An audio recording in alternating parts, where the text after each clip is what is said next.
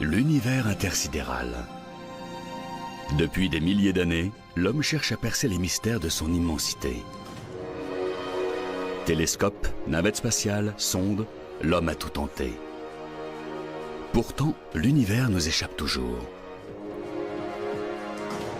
Embarquez avec nous pour un voyage à travers l'inconnu, dans les profondeurs de l'infini, toujours plus haut, toujours plus loin, en quête de réponses. Partons à la découverte du cosmos.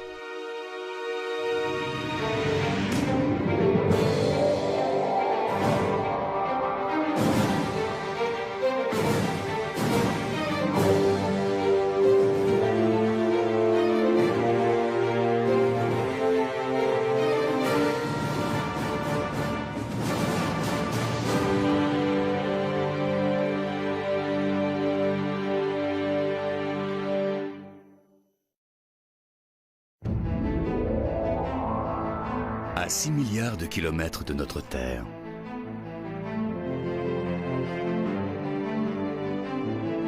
À 4 milliards 500 millions de kilomètres. Alors que nous traversons l'orbite de Pluton en route vers la Terre, une question demeure. Si les distances à l'intérieur même de notre système solaire sont aussi gigantesques, qu'en est-il de l'univers tout entier? Y a-t-il autre chose au-delà de ces limites? Voici Jupiter situé à plus de 800 millions de kilomètres de la Terre.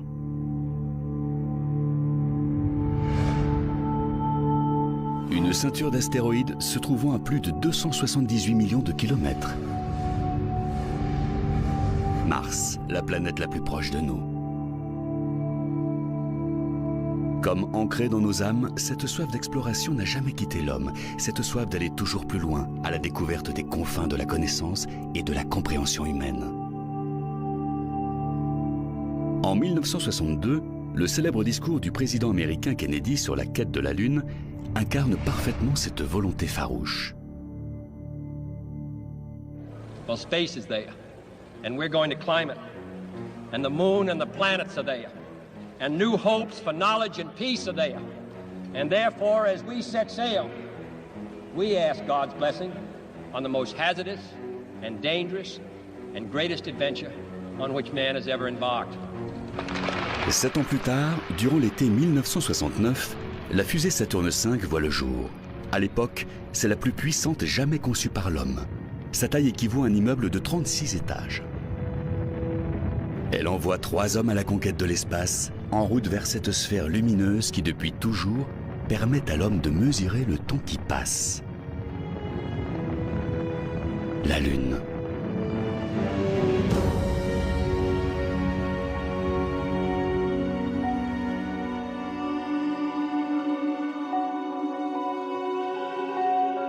Il leur faudra 3 jours pour atteindre notre voisin le plus proche.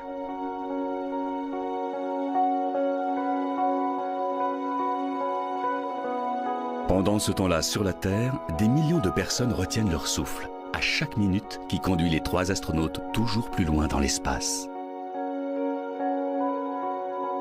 Une mission qui incarne à elle seule des millénaires de rêves et d'aspirations.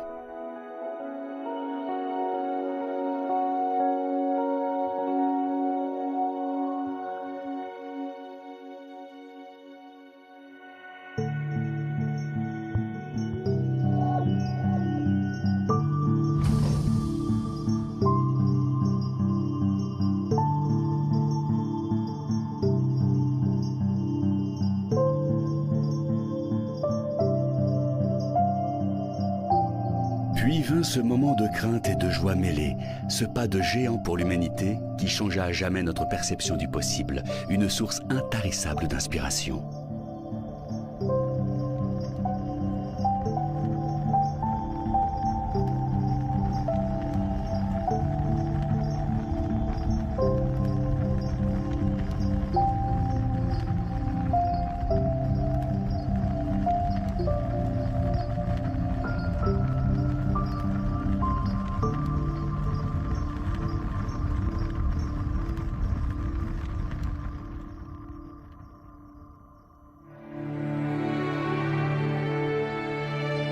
Pour se faire une idée de l'immensité de l'espace, commençons par les deux endroits de l'univers les plus importants pour notre planète bleue.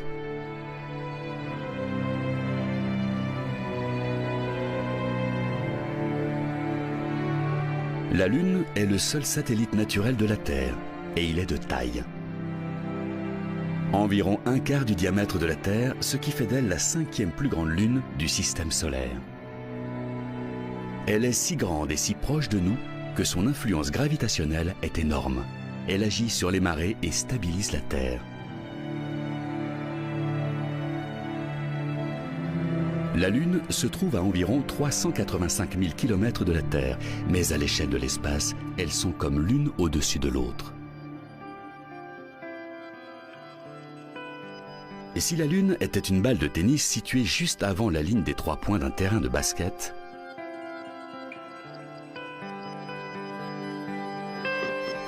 la Terre aurait la taille d'un ballon de basket posé sur le panier, soit à un peu plus de 7 mètres l'une de l'autre.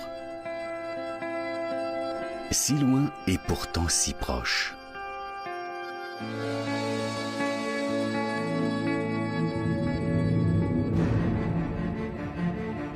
Sans la force gravitationnelle de la Lune, la Terre s'inclinerait naturellement et sortirait totalement de son axe au lieu d'osciller très modérément. En cas de trop forte inclinaison, la lumière du Soleil ne réchaufferait plus la Terre de la même manière, et cela entraînerait une autre répartition des couches de glace entre les deux pôles et sur le reste de la planète. Notre climat à l'équilibre si fragile en serait totalement bouleversé.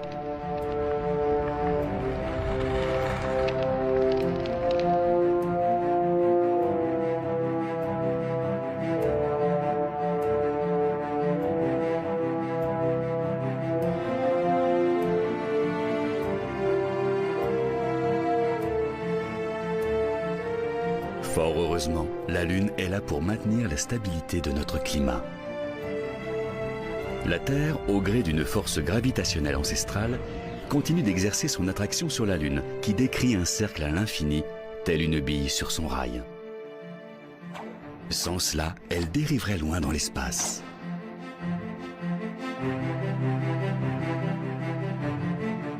Malgré les apparences, la Lune voyage autour de la Terre à plus de 3105 km/h, soit plus vite qu'une balle de pistolet propulsée à grande vitesse. Pourtant, lorsqu'on l'observe de la Terre, elle semble totalement immobile.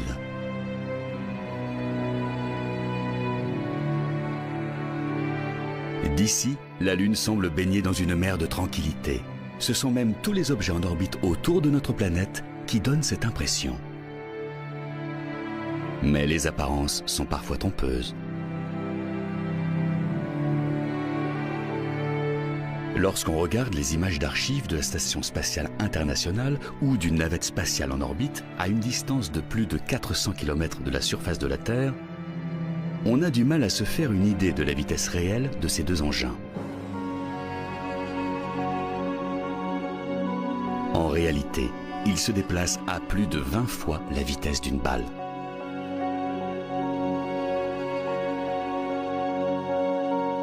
Les spationautes à bord de la Station spatiale internationale peuvent admirer un lever de soleil toutes les 90 minutes.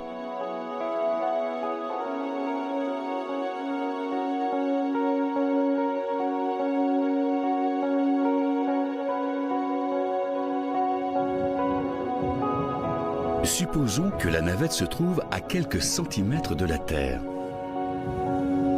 Que donnerait de ce nouveau point de vue une vitesse de plus de 27 000 km/h à l'œil nu?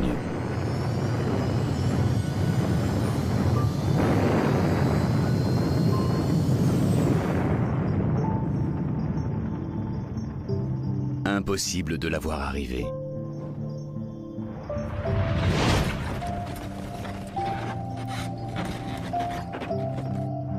Seul le vrombissement de son passage à plus de 8 km/s se ferait entendre.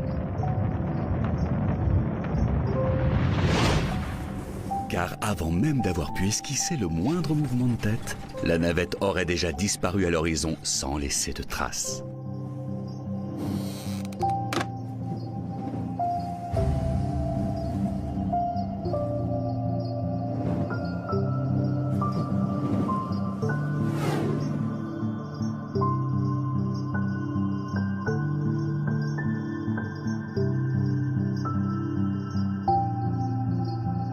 Désormais, on appréhende mieux les distances dans l'univers et on comprend mieux pourquoi il n'a fallu que 3 jours pour rendre visite à la planète la plus proche de notre Terre. Mais il est temps de poursuivre notre route plus avant dans l'espace à la découverte de ce géant de lumière situé à quelques 150 millions de kilomètres de la Terre. Le Soleil.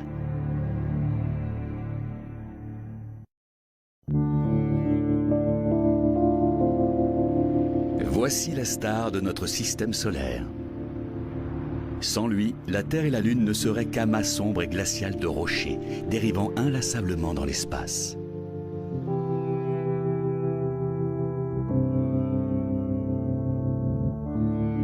Bien avant qu'un mathématicien de la Renaissance n'affirme que le Soleil se trouve au centre de notre système solaire, l'homme connaissait déjà la valeur inestimable de cet orbe doré qui trône dans le ciel. Nul besoin d'un horaire, un mécanisme inventé pour représenter le système moderne d'astronomie, pour comprendre que le Soleil nous apporte chaleur et lumière.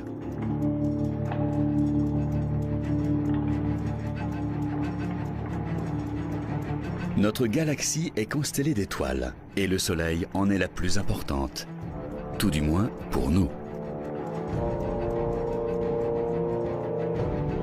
Bien entendu, il est impossible de se poser sur le Soleil, sa surface n'étant pas solide, mais uniquement constituée d'une couche de gaz chaud et bouillonnant appelée photosphère. Plus on s'approche de son noyau, plus cette masse gazeuse devient dense. En s'enfonçant à plus de 160 000 km à l'intérieur du Soleil, on atteint la zone de radiation où l'énergie émise par le cœur est transférée vers la surface sous forme de radiation électromagnétique. Si l'on poursuit notre chemin toujours plus à l'intérieur, on arrive enfin à cette centrale thermonucléaire qui régit absolument tout, le noyau. Température 15 millions de degrés Celsius. Voici l'endroit d'où provient toute la lumière et toute la chaleur de la Terre. Le Soleil est vieux d'environ 4,5 milliards d'années. D'ici 5 millions d'années, il aura épuisé la majeure partie de son carburant. Conséquence, il se refroidira et se transformera en une gigantesque étoile rouge. Mercure et Vénus, situés à des millions de kilomètres de là, seront engloutis au terme de cette formidable expansion. Mais quelle est exactement la taille de cette boule incandescente de chaleur? À l'échelle de notre système solaire, c'est la plus grande chose qui soit. Voici Mercure, Vénus, Mars, Jupiter, Saturne, les 2 plus grandes planètes. Comme le montre ce schéma, elles paraissent bien infimes en comparaison du Soleil. Il est si énorme et si puissant qu'il crée de l'énergie électromagnétique, ce qui génère de spectaculaires éruptions d'énergie à très fort taux de radiation. Il s'agit d'éruptions solaires, des phénomènes de plus de 10 fois la taille de la Terre elle-même.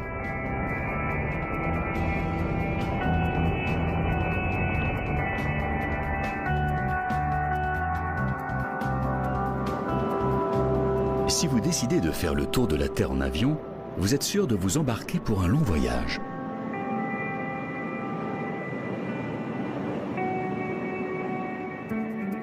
Pour un trajet sans escale autour de la planète bleue, il faudrait compter environ 45 heures.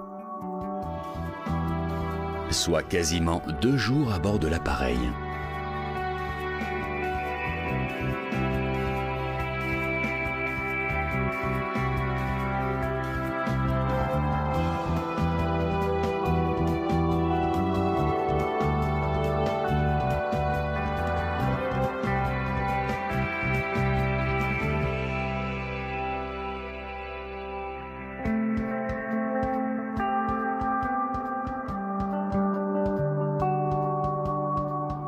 Mais avec une circonférence 109 fois supérieure à celle de la Terre, un voyage autour du Soleil durerait 200 jours.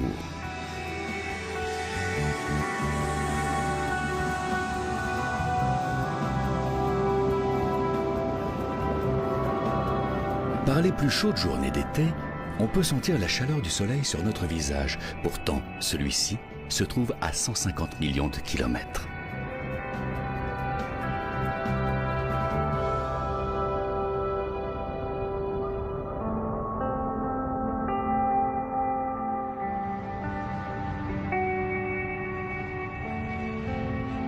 Fort heureusement, nous sommes à la distance parfaite des flammes de cette fournaise stellaire. Ni trop près, ni trop loin.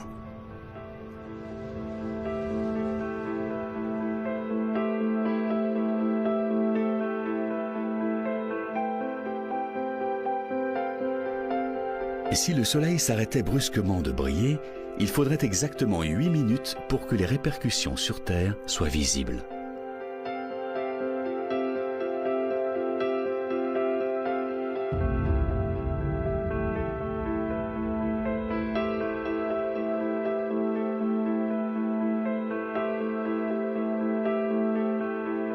La masse colossale du Soleil exerce une telle force d'attraction gravitationnelle que les planètes sont obligées de tourner en orbite autour de lui.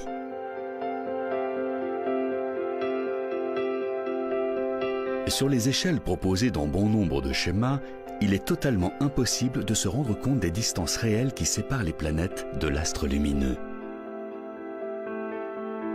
Des distances exceptionnelles.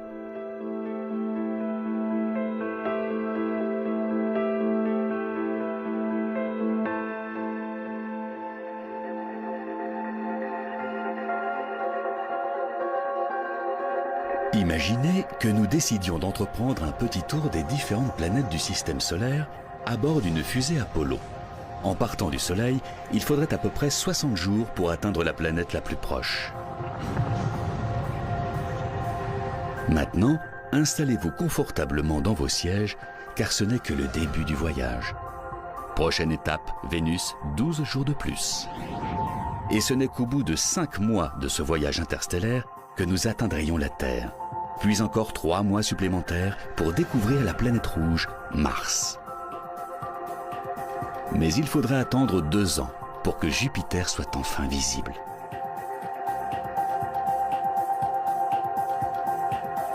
Et encore 2 ans de plus pour Saturne, puis 4 si vous voulez avoir la chance de voir un jour la planète Uranus.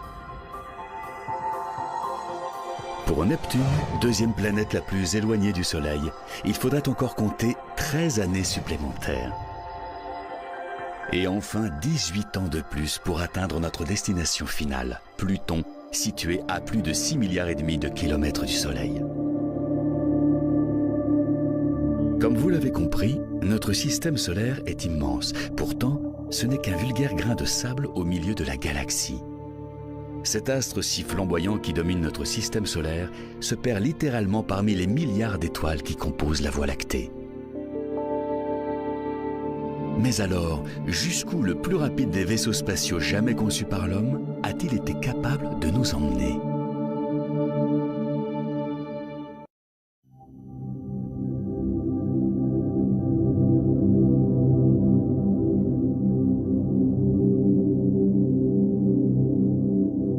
Après ce long périple qui nous a conduits du Soleil aux planètes les plus éloignées, on se fait une meilleure idée de la distance entre chaque corps céleste. Et cela n'a quasiment pas bougé depuis 3 milliards d'années et les origines de notre système solaire. Mais aux confins de celui-ci, dans une zone appelée la ceinture de Kuiper, les choses ne sont pas aussi immuables. Ici se cachent plusieurs planètes naines, dont Pluton, ainsi que des millions de corps célestes glacés qui dérivent à travers l'espace. En majorité, des restes de planètes glacées qui datent de la formation de notre système solaire. Il y a plus de 4,5 milliards d'années.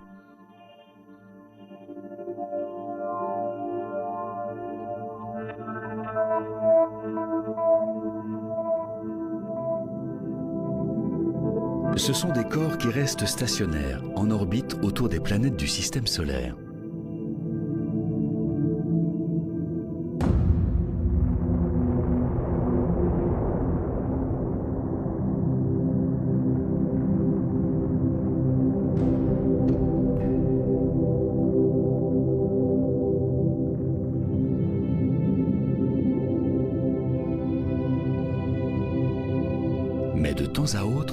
turbulences gravitationnelles engendrées par Neptune ou Uranus font dévier ces sortes de blocs de glace de leur orbite d'origine et les envoient dans le système solaire interne sous forme de comètes à courte période.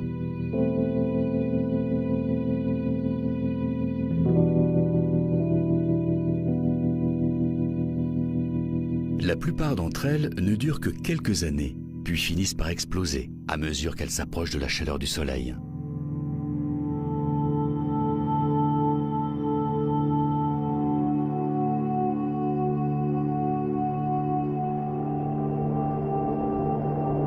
Cette même chaleur qui provoque l'évaporation des couches externes de ces corps glacés, laissant échapper du gaz et de la poussière.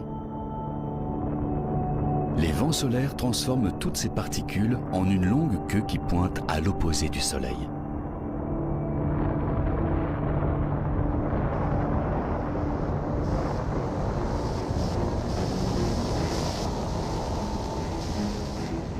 En 1977, la NASA envoie 2 sondes spatiales, Voyager 1 et 2.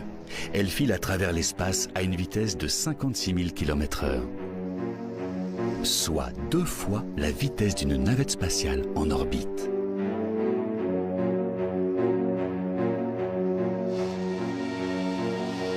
Après plusieurs décennies dans l'espace, les sondes Voyager finissent par franchir les limites de notre système solaire.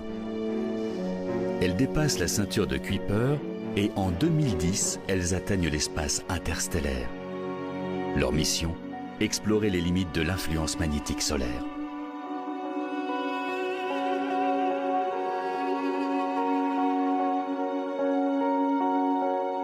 Au-delà de la ceinture de Kuiper, à la frontière du royaume du Soleil, s'étend un vaste ensemble sphérique appelé le nuage d'Oort.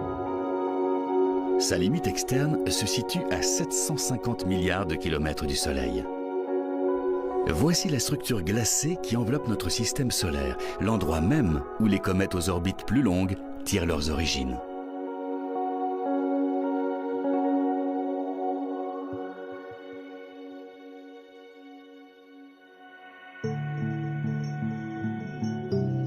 La comète Hale-Bopp en est un bel exemple. Sortie du nuage d'Oort, elle navigue vers le Soleil dans un véritable éclat de lumière. En 1997, lors de son passage près de la Terre, Hale-Bopp devient visible à l'œil nu. Près de la Terre, tout est relatif, à plus de 160 millions de kilomètres. La dernière fois qu'elle s'est approchée aussi près de nous, c'était il y a 4200 ans. La Grèce antique et l'Empire romain n'avaient pas encore vu le jour.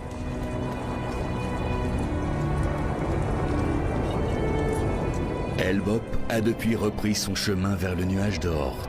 De retour à son état glacé, sa longue queue brillante n'illumine plus l'espace. Elle ne sera sans doute pas de retour avant plus de 2400 ans.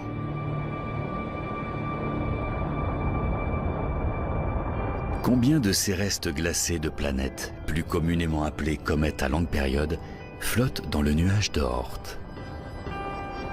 Pas moins d'1 milliard. Voyons les choses de la manière suivante. Il y a 3 250 000 cristaux dans un sac de sucre en poudre de 2,5 kg. Il faudrait 325 000 de ces mêmes sacs pour faire 1 billiard de cristaux de sucre. Soit environ le nombre de comètes présentes dans le nuage d'Oort.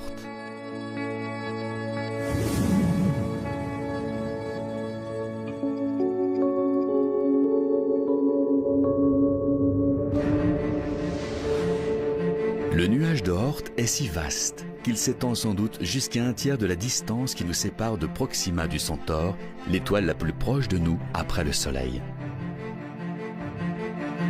Néanmoins, notre voisin stellaire se trouve quand même à plus de 4,3 années-lumière de la Terre.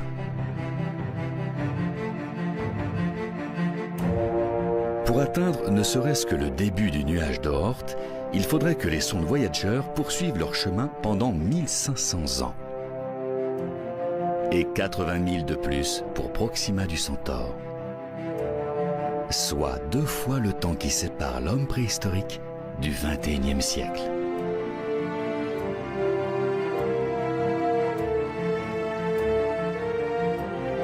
Pour atteindre le groupement d'étoiles ou astérisme le plus proche de la Terre, qui se trouve à 4,3 années-lumière de la Terre, il faudrait parcourir une distance de plus de 40 milliards de kilomètres. Pour une telle entreprise, seul un vaisseau spatial capable de transporter plusieurs générations d'explorateurs parviendrait au bout du voyage. Un vaisseau de la taille d'une ville.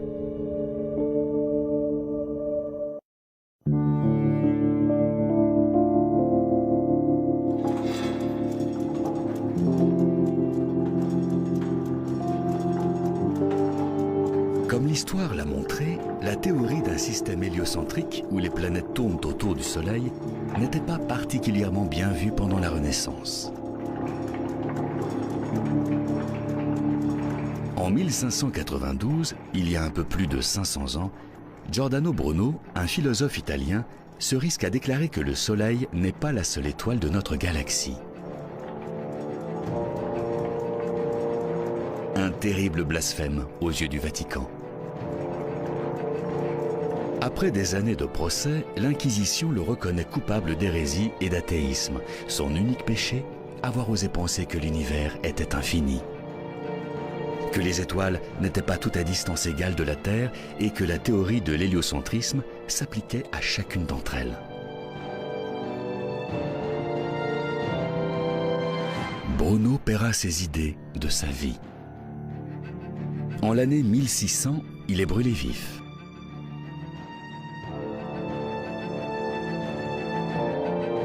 Pour avoir une idée précise des distances qui nous séparent des étoiles et des galaxies, l'homme a dû faire appel à une unité de mesure un peu différente. Une unité de mesure basée sur la vitesse de la lumière.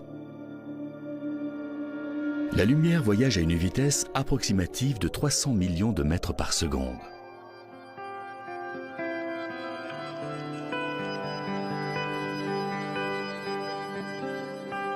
Si nous propulsions un jet de lumière de la Terre à la Lune, soit 384 400 km, il lui faudrait moins d'une seconde et demie pour atteindre son but. Un simple battement de paupières. Pour la planète Mars, à près de 223 millions de kilomètres, cela lui prendrait un tout petit peu moins de 13 minutes. Pour Jupiter, un peu plus d'une demi-heure. Pour Saturne, 1h10. Et pour parvenir au monde gelé de Pluton, il lui faudrait près de 5h30, même à une telle vitesse. Mais une fois les limites de notre système solaire franchies, les distances augmentent à l'infini. Il faut donc passer à une nouvelle unité de mesure, les années-lumière. Comme son nom l'indique, elle se base sur la distance parcourue par la lumière en un an. Proxima du Centaure, par exemple, l'étoile la plus proche de nous après le Soleil, se trouve à 4,2 années-lumière de nous, soit plus de 40 milliards de kilomètres. Mais pourquoi s'arrêter là? Chaque semaine, les astronomes découvrent aux confins de l'espace toujours plus de nouveaux mondes, les exoplanètes.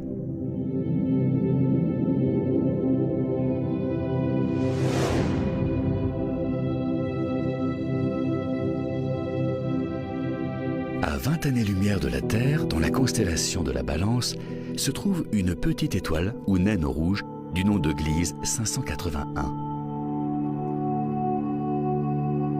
Selon les scientifiques, il est possible qu'une planète du type de la Terre soit en orbite autour d'elle.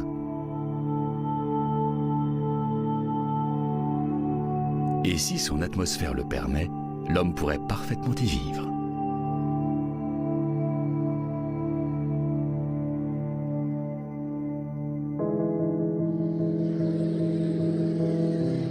Mais comment faire pour l'atteindre?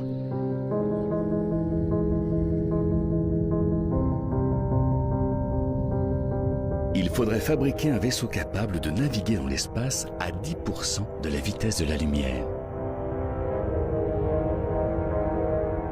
Mais même à cette vitesse, le voyage à la conquête des exoplanètes les plus proches prendrait des années. Un vaisseau long de plusieurs kilomètres, de la taille d'une petite ville. Un vaisseau totalement autonome. est capable de parcourir des distances sur plusieurs générations d'êtres humains.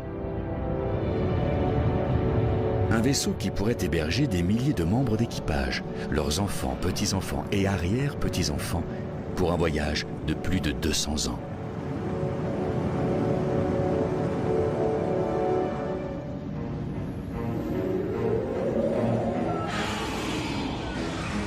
Tout comme les bâtisseurs des plus belles cathédrales du Moyen-Âge, ils seraient incapables de voir leur chef-d'œuvre achevé. Leurs arrière-petits-enfants passeraient eux aussi leur vie entière à bord du vaisseau.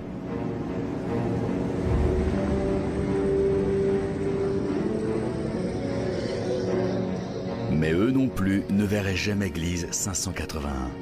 Pire encore, ils n'auraient fait que la moitié du chemin. Un voyage pourtant bien dérisoire si l'on en croit l'immensité de l'espace.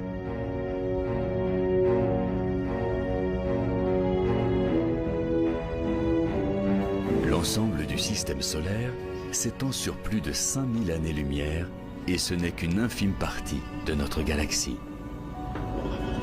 Pour couvrir une telle distance, c'est un véritable périple interstellaire qui attend l'homme à bord de cette gigantesque colonie spatiale.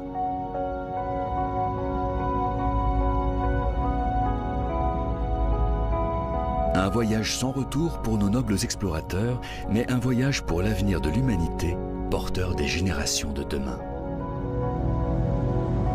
En route vers une terre promise où l'humanité pourrait à nouveau trouver abondance et prospérité.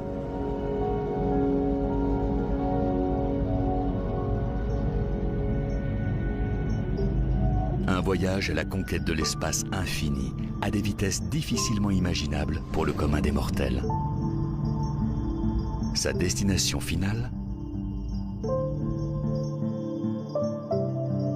Un monde étrange et imaginaire dont l'homme a longtemps rêvé.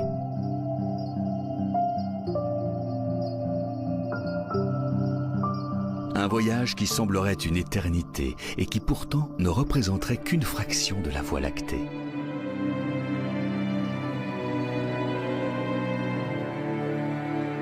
Pour avoir une chance de briser les frontières de notre galaxie et se perdre toujours un peu plus dans les profondeurs de l'espace, nous serions obligés de propulser le vaisseau à des vitesses inouïes.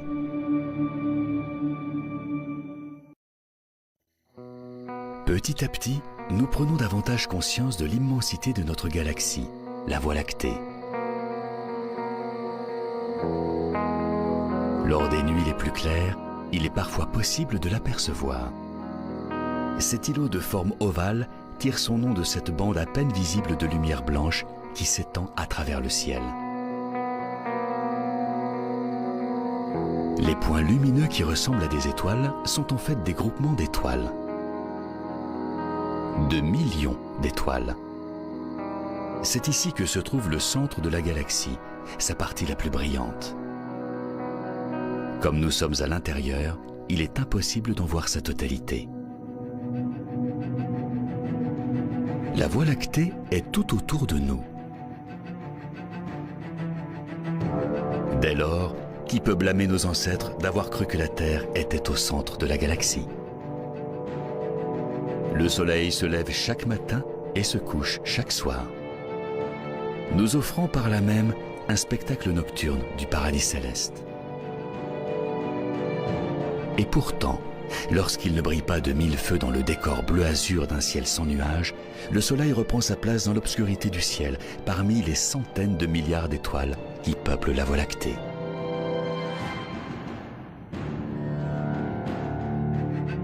Les étoiles que l'on observe au loin sont à des milliards d'années-lumière.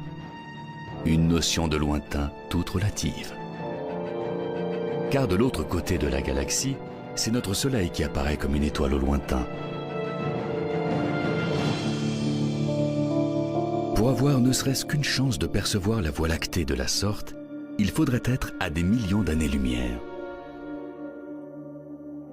Le nombre d'étoiles, de groupements d'étoiles, les constellations, l'univers lui-même dépassent tout simplement l'entendement.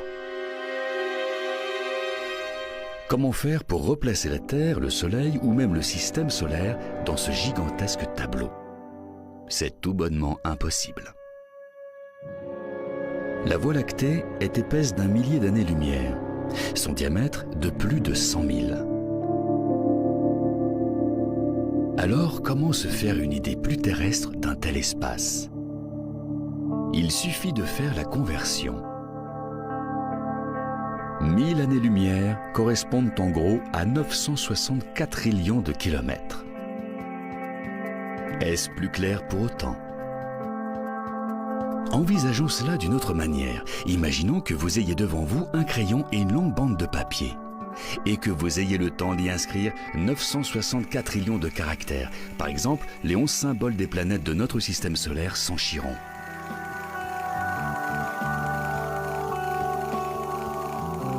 Eh bien, cette bandelette de papier ferait plus de 3000 fois le tour du Soleil. Cet exemple nous permet-il de visualiser de manière un peu plus précise un tel nombre? 964 trillions de kilomètres? L'immensité de la Voie lactée?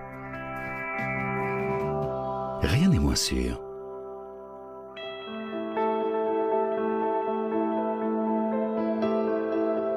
Au cœur de notre galaxie se trouve Sagittarius A, une source intense d'ondes radio située dans la constellation du Sagittaire.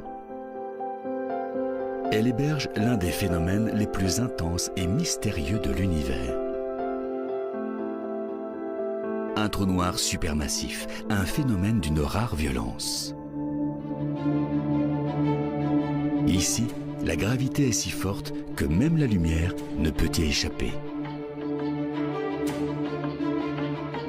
Les trous noirs présents dans les galaxies spirales, comme la Voie lactée, sont totalement invisibles. Mais les scientifiques sont capables de les déceler en observant le comportement des étoiles environnantes, invariablement attirées par ces derniers.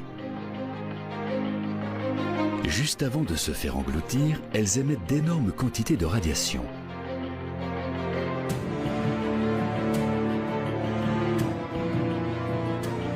Plus de 4 millions de fois supérieure à la densité du Soleil. Le trou noir de Sagittarius A fait disparaître sans laisser de traces des amas d'étoiles entiers. Ici, le temps et l'espace tels que nous les connaissons cessent d'exister.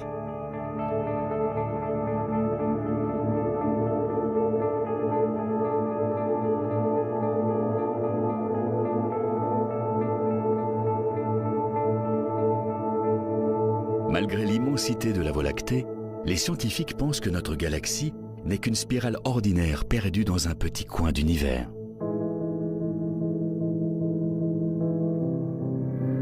Supposons que notre vaisseau spatial intergénérationnel puisse embrasser un jour la vitesse de la lumière.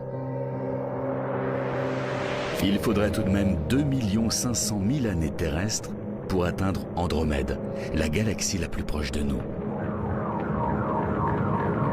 Même à la vitesse de la lumière, sa progression serait totalement imperceptible à l'échelle de l'espace. Seuls nos descendants pourraient atteindre cette étrange et nouvelle galaxie par le biais d'un trou de verre. Et avec un peu de chance, ils y trouveraient une planète habitable et abandonneraient leur vaisseau. Ils se mettraient à la recherche de nourriture, se fabriqueraient des abris et commenceraient à fonder des sociétés telles que nous les connaissons sur Terre. La réussite finale d'une mission planifiée sur des générations entières.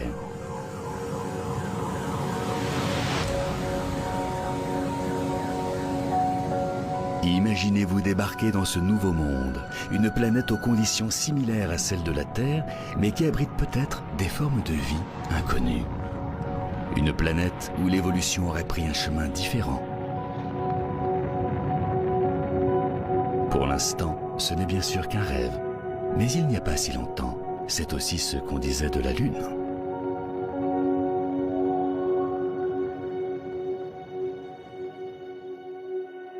Quel sort peut bien réserver l'avenir à notre espèce sur Terre?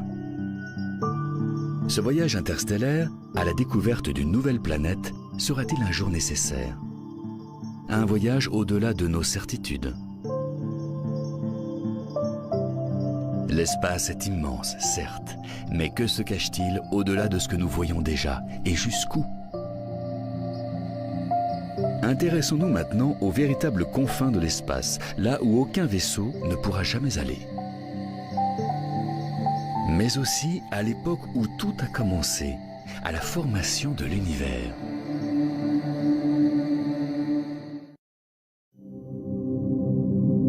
En 1923, un jeune astronome du nom d'Edwin Hubble travaille à l'observatoire de Mount Wilson, en Californie. Un jour, il pense tomber par hasard sur la nébuleuse d'Andromède.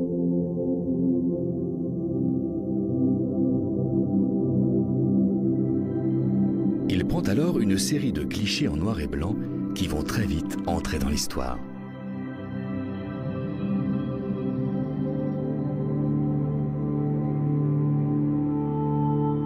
Il ne le sait pas encore, mais le scientifique vient tout simplement de faire l'une des plus grandes découvertes du XXe siècle. Andromède n'est pas un groupement d'étoiles à l'intérieur de la Voie lactée.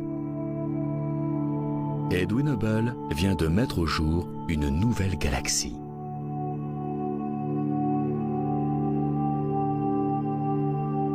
Reste désormais à savoir combien d'autres se cachent au-delà de la Voie lactée.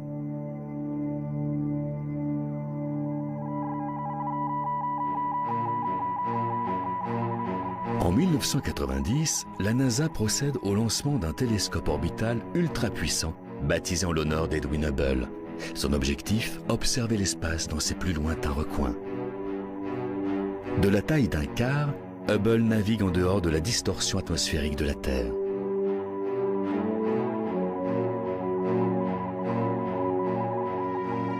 En un peu plus de 20 ans d'existence, il a déjà relevé et transmis les images plus étonnantes et instructives qu'il nous ait été donné de voir. La nébuleuse de la Lyre dans la constellation du même nom. Les gigantesques amas d'étoiles entourées de gaz rayonnants. Les restes de l'explosion d'une grosse étoile. La galaxie du tourbillon.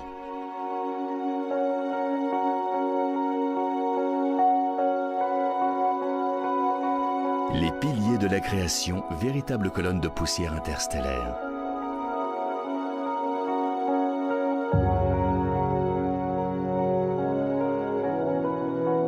Des astérismes présents dans les galaxies naines les plus proches comme les plus lointaines.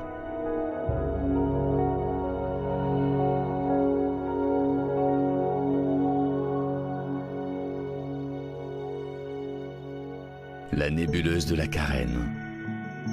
Grande de 3 années-lumière.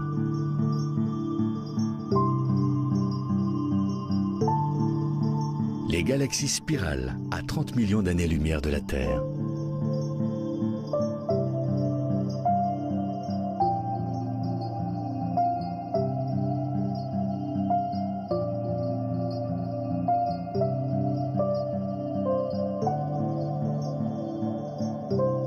Des images plus extraordinaires les unes que les autres.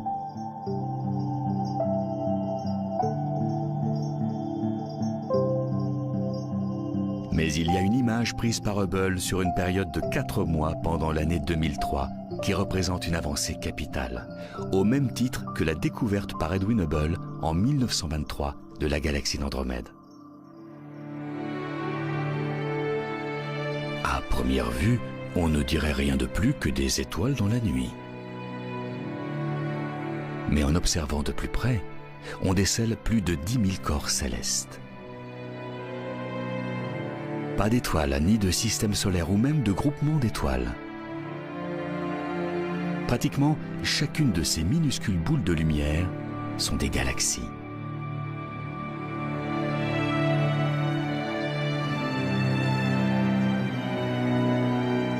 Les astronomes ont baptisé cette image Ultra Deep Field, le champ ultra profond. Le plus exceptionnel dans la découverte de ces 10 000 galaxies, c'est que l'image prise par le télescope Hubble ne compte que pour 1/124 millionième de l'ensemble du ciel.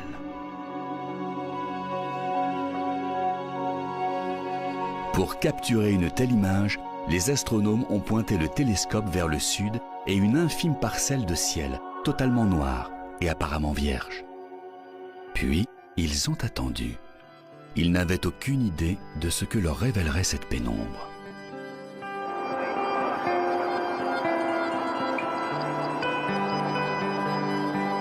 Pour se faire une meilleure idée du point de vue d'Hubble, imaginez que vous êtes un spationaute flottant dans l'espace et que vous teniez un crayon à bout de bras. Caché par la gomme, un minuscule bout d'espace. Derrière lui se trouvent ces 10 000 galaxies. Et ce n'est pas tout. Toujours sur ce cliché, les astronomes vont déceler 5000 galaxies supplémentaires dans le flou de l'image. Parmi elles, certaines des plus anciennes. L'univers à l'état de nouveau-né. La lumière de ces galaxies nous propulse à plus de 13 milliards d'années-lumière en arrière, soit quasiment à l'époque du Big Bang.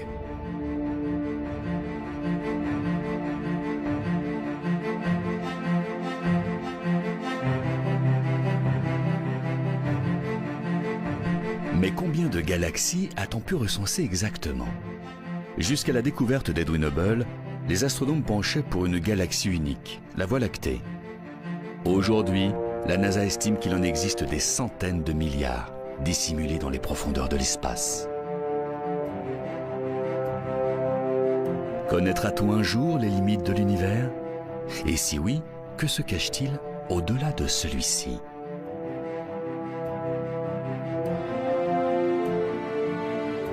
Tout le monde espère qu'un jour nous serons capables de découvrir les secrets d'un univers aussi complexe que démesuré.